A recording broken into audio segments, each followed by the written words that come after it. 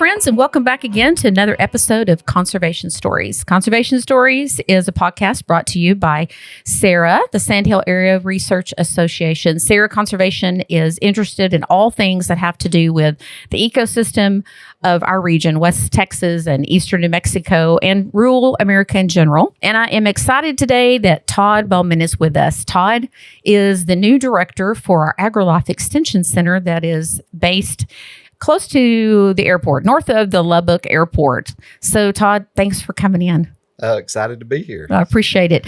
And you have moved in from Oklahoma and are trying to move in from Oklahoma. Yes, still trying to move in, actually. Yes. I'm having a hard time getting your whole family here, but I appreciate what you're doing. Can you give us a little bit of your background? So I guess just to start out, so I was a fourth generation raised in Southwest Oklahoma on both sides of my family. Graduated from a small town Cache High School, went to Cameron, which was a small community college there at Lawton. Realized I really wanted to pursue an opportunity in agriculture, transferred to Oklahoma State, got my bachelor's and master's there in agronomy and weed science. Had the opportunity to go to Mississippi State to work on my PhD. With actually the professor was a fellow Southwest Oklahoma oh my goodness. Wow. Native also. So, and that was really a great opportunity. Of course, a complete different change from everything I'd been around, I can imagine. I'm not sure I'd ever been in a soybean field. I can believe that. Yeah.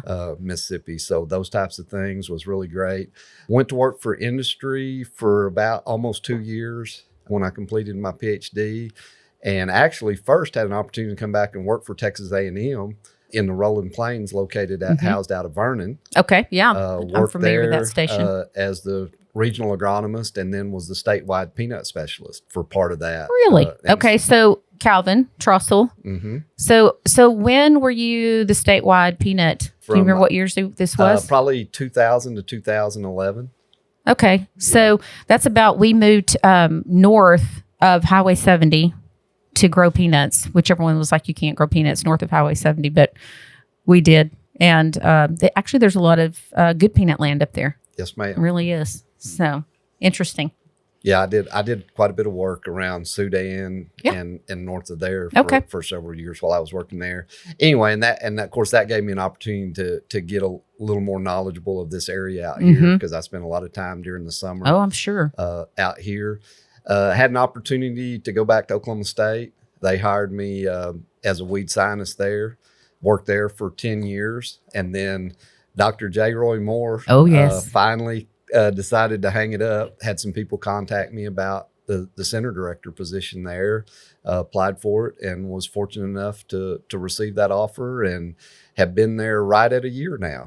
That's amazing. That's great. Yes. So, and obviously this is just a great area to work in. Yeah. There's, I told people, of course, asking why and that sort of thing. I said, well, there's very few places in the United States that has the concentration of agriculture, agriculture scientists, commodity groups, and industry all in, one central area. It's very true. It is true. I think we're comparable. Probably the only thing I think that's comparable to us is maybe St. Louis. They have and they've got a 39 North, right? That's there, and that's a big industry and ag, and of course, that's the heart of that whole Midwestern. There's a lot of acreage, but they say, this much acreage within 5 hours of them, and we look at our acreage within an hour of us. And I totally agree. It is a very under-recognized, and like so many people don't know about it. No, and I think definitely, I think some people don't recognize, how many commodity groups that we have that are centered out of here.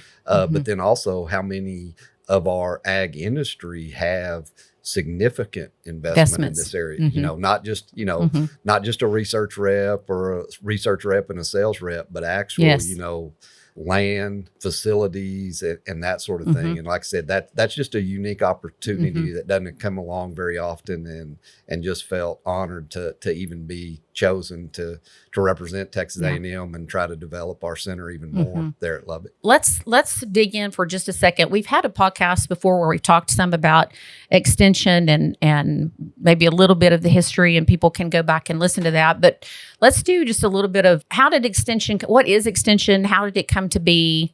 These are organizations that are based in land grants, across the United States. So the land, I mean, I guess it's kind of interesting. And, we start thinking about our forefathers, yes, even going back to, we use a constitution that right. was written over 200 years ago, and that there's still principles that we still hold dear. And, you start thinking about how, I guess, smart those individuals were, and the same thing. So the land grant system, started out in the 1800s. Yes. And is still surviving today, right. and I would say thriving. Even and though so we for have people, for people that don't know what that is, give us a little history. So the land grants were set up with the primary focus to be agriculture and engineering. That's why, like Texas A&M, that's agriculture and mechanical university. Right. And so those were set up in each of the states, an individual university that their primary focus was to be established in those two primary areas.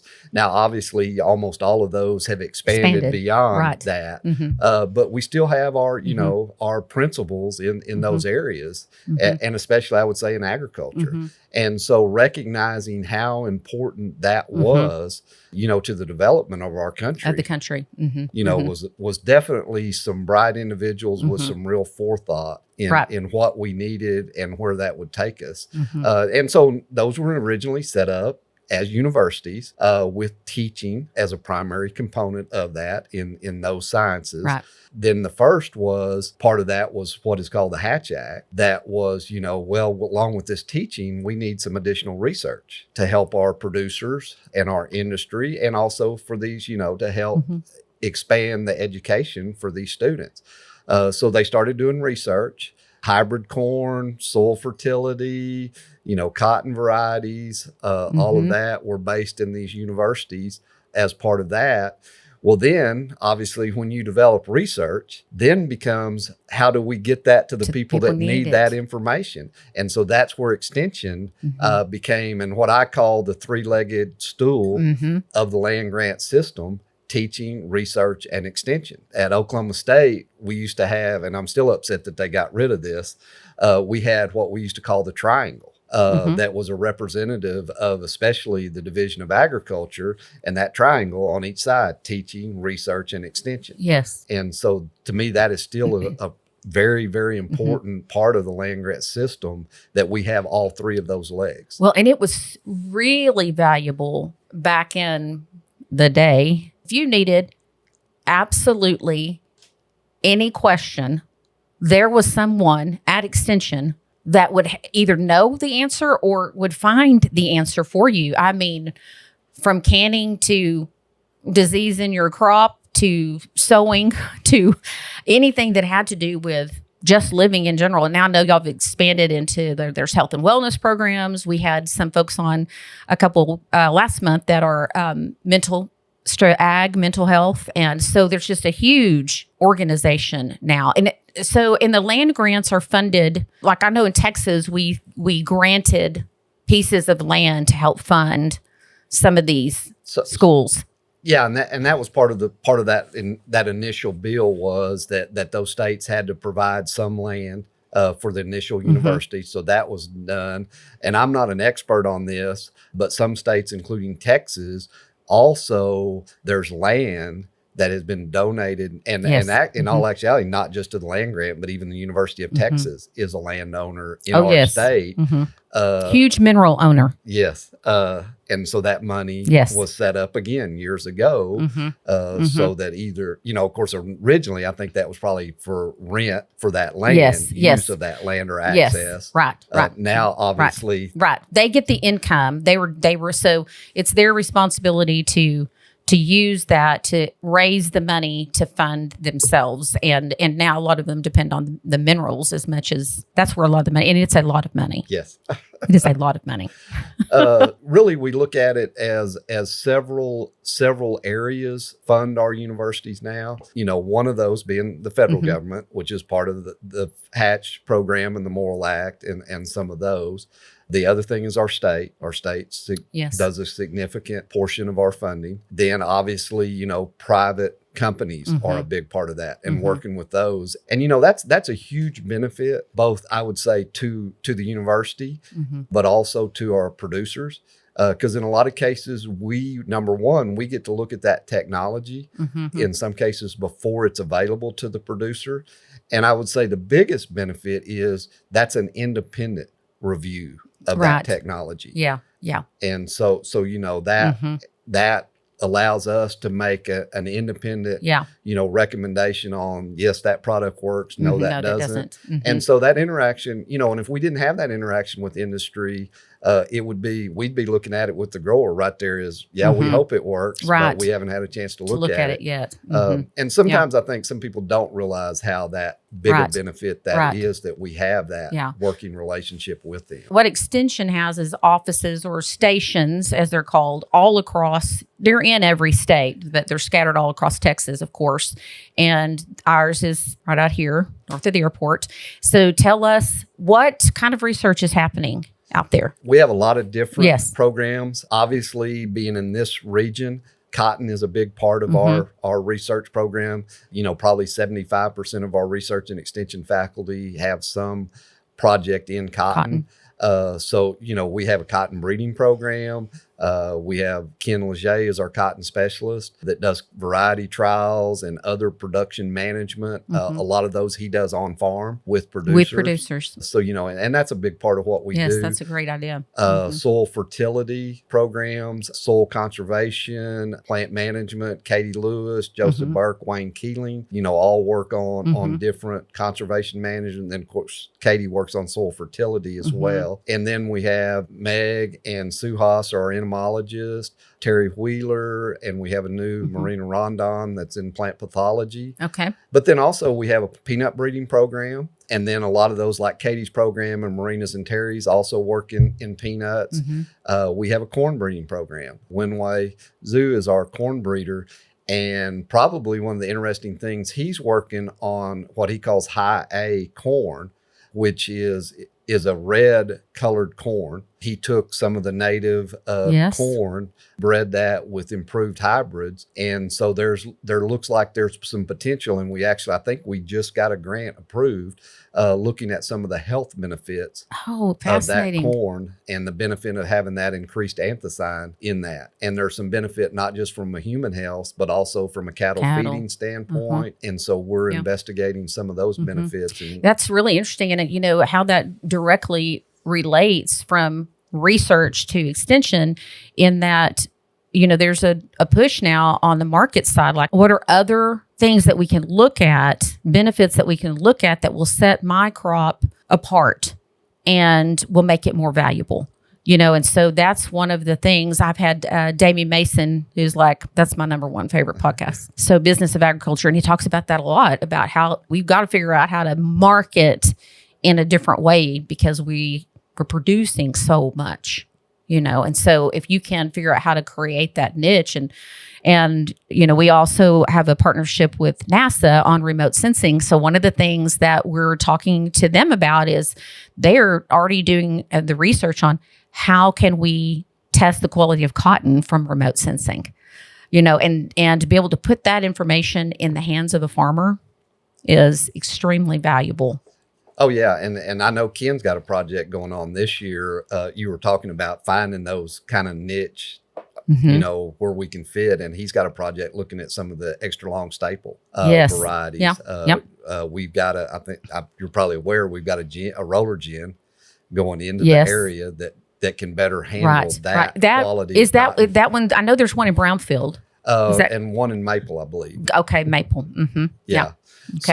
So exactly those kind of things, and we're hopefully at the forefront of, again, yes, this can work, no, it can't, or yes, it can work, but here's the thing you need to think about. How you're gonna, because a lot of those extra long staples, some of those don't have some of the technology. So how you're gonna handle your insect pest, how you're gonna handle weeds, and and the biggest deal that we always deal with any of those is making sure you have a market. Yes, for that advantage. Yeah.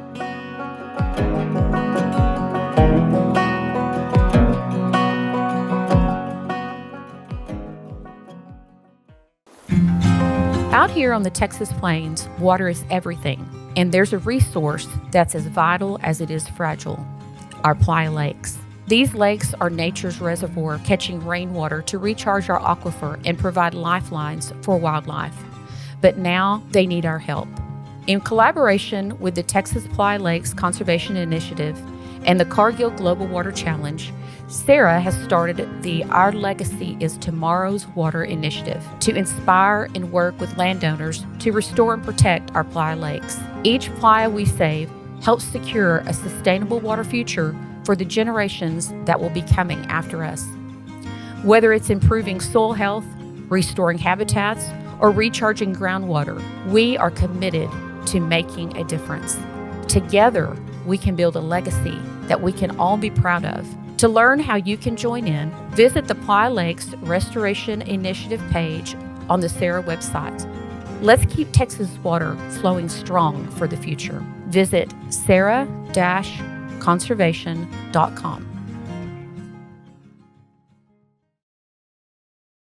Lacey and I travel a lot and go to a lot of places, and she's a spicy girl. So she sticks out, not just because she's like 4 feet tall and redheaded, but she's pretty fiery. And she just got back from a trip with Cotton Incorporated to Asia. And, there's so much interest in like the people that are sourcing cotton that are saying, how can I come to the farmer? Like I want to come directly to the farmer. And how can I do that? And it's interesting to me that, we've gone from this, like, let's cooperatively do this. And there's a lot of power in that. But in the market is shifting, though, to say, okay, we want to know each one of these people that are in this market. Yes. And how can we know that? I would say, especially out in this region, if you go back to when FiberMax, first came out. That's a breed of cotton. Yes. And increased our quality that we produced out here. And, and it was definitely an advantage that helped us continue that. And that was kind of, to me, that was definitely, I think when you think about that cooperative as an area, yes. We had a lot more producers that were bought into that, gins that were bought into that, and marketing, that advantage that variety gave us. And, potentially that's the same thing we could see with ELS, now how much that will affect that sort of thing, right. That's something we'll have to learn. Right. But that's the things that we always have to be looking at.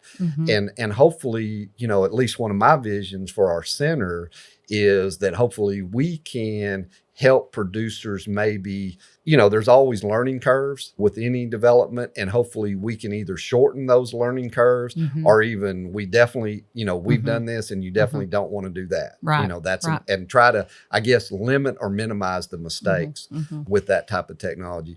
And that's the other thing I've told people, I think there probably was a period, maybe, we have all this private industry. Where is the real need for the land grant and university systems? And of course, I always, my first number one, and still is yes, but we're an independent resource for you. Yeah. We don't have anything at stake per se. So we can tell you, yes, this works. Yes, it won't. These are the benefits. These are the warts on that technology and things you need to think about. But I think as we move into some of this thing like you're talking about, and then also, some of the, carbon credits, production systems, cover crops, those are not as big an investment for industry. That's right. But production things that can help us from a day-to-day basis, we still are a group that can work on those kind of answers for the producers. And I think those could even get bigger. I think so. I mean, I think there's so many farmers that are trialing so many different, we have friends that are in Meadow that dryland cotton on 80-inch rows and baling half an acre. I mean, and everybody's like, they got rain. They didn't get any more rain than anybody else, And so there's everybody's production systems and their organization and how their economics are different. So what works for one person may or may not work out economically for another. But I think it's great for people to be trialing and making those things available and people aware,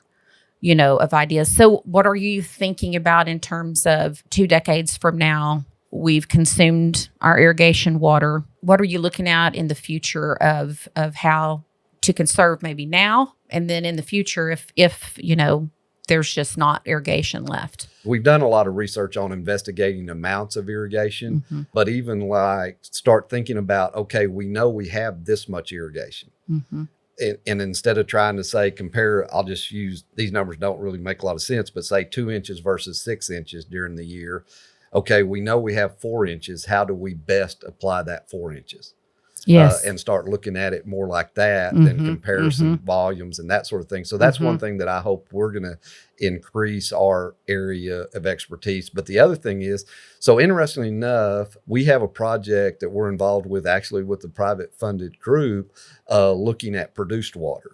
Which is the water that comes from oil production. And so there's some, right now, the majority of that is actually injected back into the ground. There's obviously some issues with that. And so we're starting to work with a lot of the companies that handle that produced water.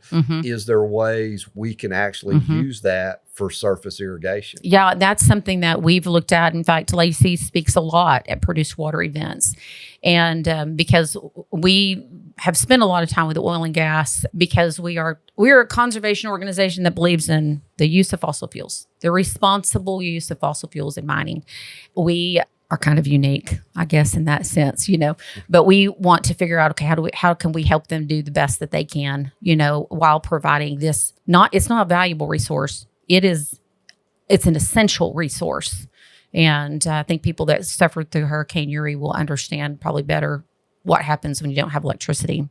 So that is kind of how we started getting involved in produced water. And yeah, we've had, in fact, just yesterday had a couple of meetings with companies, looking at projects and how can we get this onto some land, and that's been a huge interest in it. And we actually just before we recorded we recorded a water expert, and we're talking some about produced water.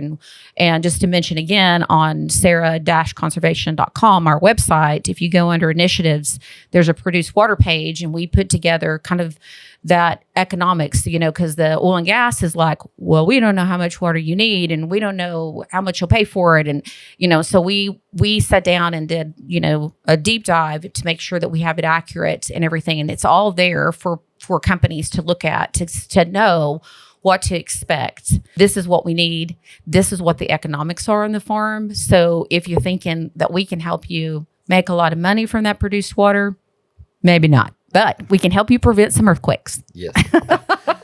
So, and I don't know how many of your viewers are familiar, but right now, technically in the state, you can only use that produced water on non-consumable crops. Correct. So what falls out of that people don't think about, number one, of course, everybody thinks cotton and fiber, but we feed that seed. So that is a consumable crop. Right. Any forage that would be grazed by livestock would fall under consumable crop also. So right now we're just trying to figure out how to best use that water under those constraints. Right. Well, up until recently, you could have grown it on hemp. Yes. Like fiber. But pretty sure that is now, unless Greg Abbott decides he's going to save us, I don't know. Yeah. That you can legally. Anyway, that's a whole nother podcast. Yes. But that I'm not an expert on. Exactly. But I know I'm friends with one of the researchers that has developed some the system for cleaning the water, and she's grown it on hemp. It's done very well. And the cool thing about produced water is that there's things you could leave in there that farmers might buy for inputs. And it's already, there in that. And so there's some really interesting ideas. No, and that's part of this first project. I'm so glad you are doing this. Yeah, that we're looking at is, so number one, of course, the water's highly saline when it first comes out of the production. Obviously, the first question is how much do we have to clean it to where we can use it and either not damage the crop, but even more importantly to me, not damage the land. Exactly, where you have an excessive buildup. Yes, and what type of management programs can we develop to do that? Because obviously the less you have to clean it, the cheaper that is exactly. as a water source. Right. But exactly what you're saying is we don't want to clean it too much because there's some really beneficial like nitrogen that are potentially in there.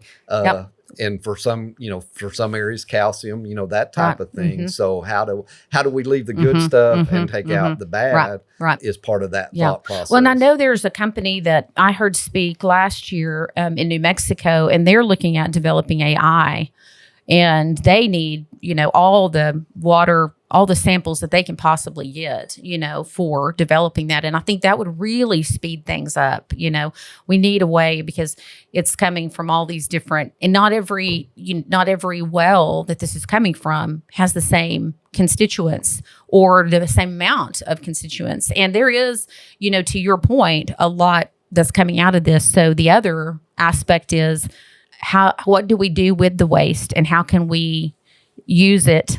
Because I know estimates that I've heard is if you cleaned it right now, everything that's being produced, you could produce enough salt to fill the AT&T Stadium every 2 weeks. That is probably correct. I don't know that specifically. But I literally an engineer, petroleum engineer, I heard that at the conference and I was just like, oh, yeah, okay.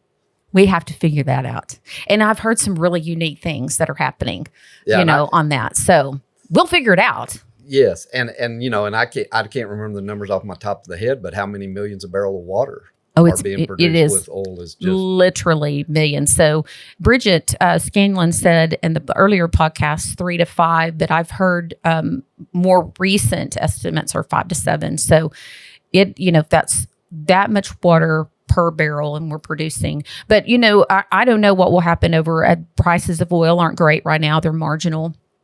And so, as the price rises, then oil companies are more apt to drill and they have technology that they are predicting will produce 5 times the amount within the next 7 years. But unless the prices are high, of course, they're not going to do something that they're going to lose money on. And I see the benefit of this actually a couple of ways. Number one is, if we can improve the environmental aspect of this water usage, that's going to carry you through regardless of administration or political winds, which I think is a positive. And we'll have that, not only are we producing oil, we're producing a beneficial. Yes. Well, it's a new water source. Exactly. Secondly, probably maybe what's the most exciting for me is if we can learn some lessons through this. We have other water sources that have salinity issues. Right. And if we can develop the technology to handle this produced water, can we transfer that over to our other water sources? Right. And again, maybe that replaces the issue that we're dealing with the water source out here. Well, and the whole, it always comes down to the economics of, how much is it going to cost? Because there are now literally hundreds of these companies that are popping up with different types of technology. And it's all going to come down to the economics. If I have to pay this much money, X amount to put this next to my pivot, if I'm already losing money on cotton, it's not a choice. I'm not going to do that. I'm excited about somebody coming to y'all to say, hey, you have this kind of holistic ability to help us look at this, not just on the research side, but, for crops, but also you have economics, you have, health and human concerns. Like the extension service has all of those things. And now they're not all housed, I don't think, with you, right? Because there's different, not stations, but we have different headquarters, right? And even in Lubbock, there's another office. Yeah. So, we have centers throughout the state. We obviously have the whole university system at A&M at College Station. Yes. And, of course, you bring up the health. We have a new health institute that's being built in Fort Worth that, again, will be able to hopefully address some of these questions for us. But the thing I like to tell people is if we can answer some of the questions on how to best use or handle the water. Yeah. And then the technology that, like you were saying, that we could set up, say, next to a pivot suddenly becomes economical. We already have the answers of how to use it. Right. So we're not starting over. Okay.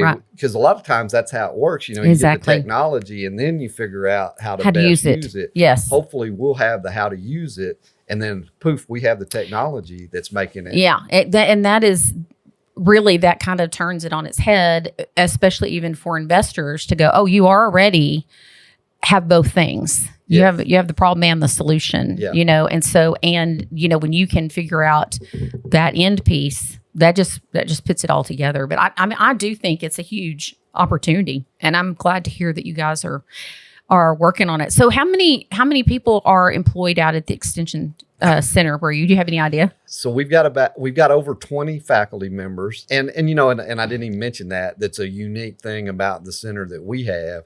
So we have faculty members in research, faculty members in extension, and then we have joint appointments with faculty members at Tech.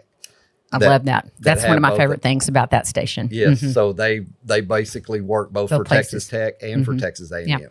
So again, it's a unique thing that opens up opportunities. So if you count all of those, we're over 20 faculty members. And then we probably got another, 50 support staff, graduate students. And that's the other thing. I've been at Vernon, it was much more difficult to work with graduate students. Yeah. Because we were basically 3 hours from the closest university. They just weren't that's there. Another great thing here, having that connection with Tech. We have a lot of students that work for A&M professors, but get their degree at Tech.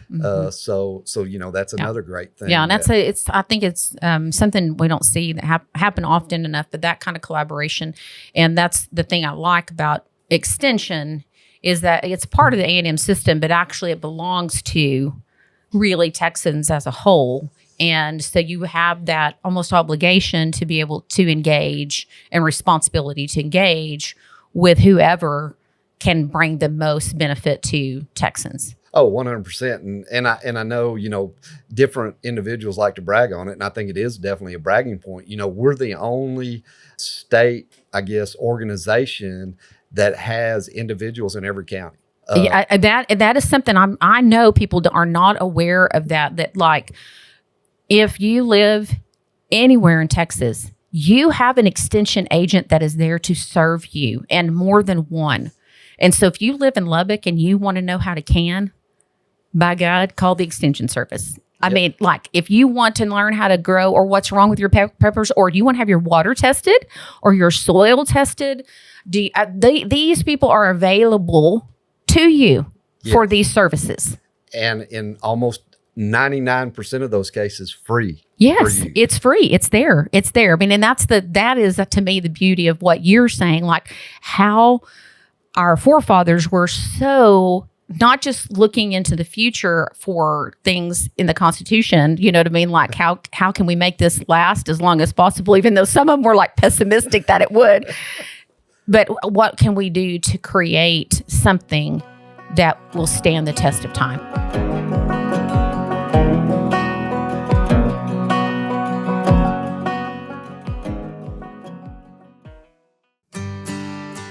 Today's episode is brought to you by Evan Stone with Clear Rock Farm and Ranch, part of the Clear Rock Realty Group in Lubbock, Texas. Evan understands West Texas land, agriculture, and what it takes to buy and sell farms and ranches in our unique region. If you're ready to make your next move, trust someone who knows the lay of the land. Visit Evan at clearrockrealty.com, serving Lubbock and the surrounding communities. Clear Rock Farms and Ranch, your partner on the plains. And another fun fact, when the Iron Curtain fell, when the wall came down and all of those, Russia fell apart and all the Eastern European countries began to be able to, be their own country again, the United States sent in extension agents and they replicated that system in several of these countries. And I was in Poland a couple of years ago, or actually about a year ago, and got to tour those extension stations and see the same, what's available here, and seeing people there in Poland taking advantage of it. And Poland has really dug in, and really connected. There's a lot of connection between Poland and especially the extension and A&M.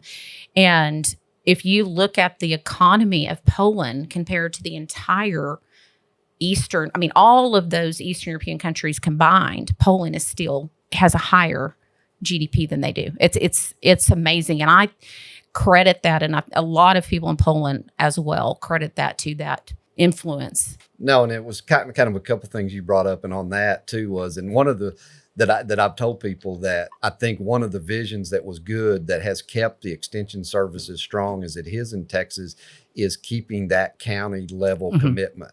There's been some other states that's broke away from that, and I would argue that their extension service is not as strong as the extension service that we have. And that local commitment, I think, has kept that support throughout the state for extension and why it has maintained its strength here in the state.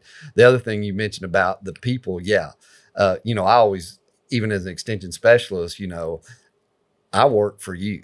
Yes. I tell people, I might drive 2 hours to look at a grower's field, and he'd start apologizing to me. And I said, your taxes are paying my salary. This is what I'm paid to do. I'm here for you. Well, it's like what we've realized with NASA is that so many people are paying to access data that their tax dollars have paid for, and working alongside NASA to say, let's create something that will make this free and accessible to farmers so they can know when to chop silage. I mean, because there's so many things remote sensing can do now, but it's a matter of making it accessible. And I think that's a cool thing about extension is that's your job, is to make research accessible to the farmer, not just to the farmer, to anyone. And so part of extension also is 4-H.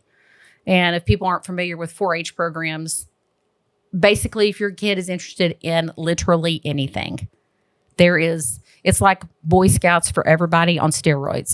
Yeah.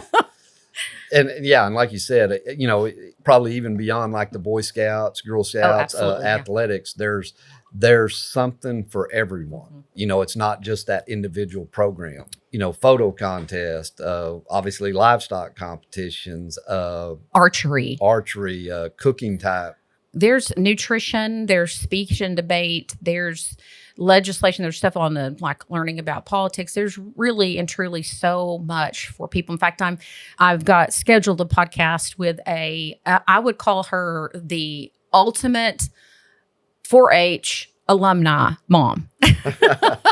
She's got 2 daughters that have gotten really great scholarships through 4-H, and one that's just in the middle of it right now. So I'm excited to introduce people that might not be aware of those 4-H programs that are available to their kids here in Lubbock. And one of the good things I think about 4-H too is that it's something that the entire family can do because they can participate in different things. And so often, people are their kids are spread out across so many different interests that aren't coming together at the same time. And a lot of the 4-H opportunities, you can come together at the same time and do those things. And it's not as, I don't know, to me, it's such a family friendly opportunity. No, I had a really good friend one time, that he talked about that. And he was like, this is one of the few things that you can do with your son or daughter from start to finish. Even athletics, at some point you kind of hand them off. Right. This is one that you can be engaged as much or as little as you want, and that's what those extension agents are there. There's an agent in every county that's helping to manage and run those programs, and even for kids that want to show animals but don't have the money, there's so much to learn from those opportunities that industry help those kids provide the space for those kids to learn. It's a great program. Yeah, and you brought up, and I think one thing that I don't know if we do a good enough job, and definitely there's a lot of scholarship opportunities out there in 4-H that parents want to be aware of.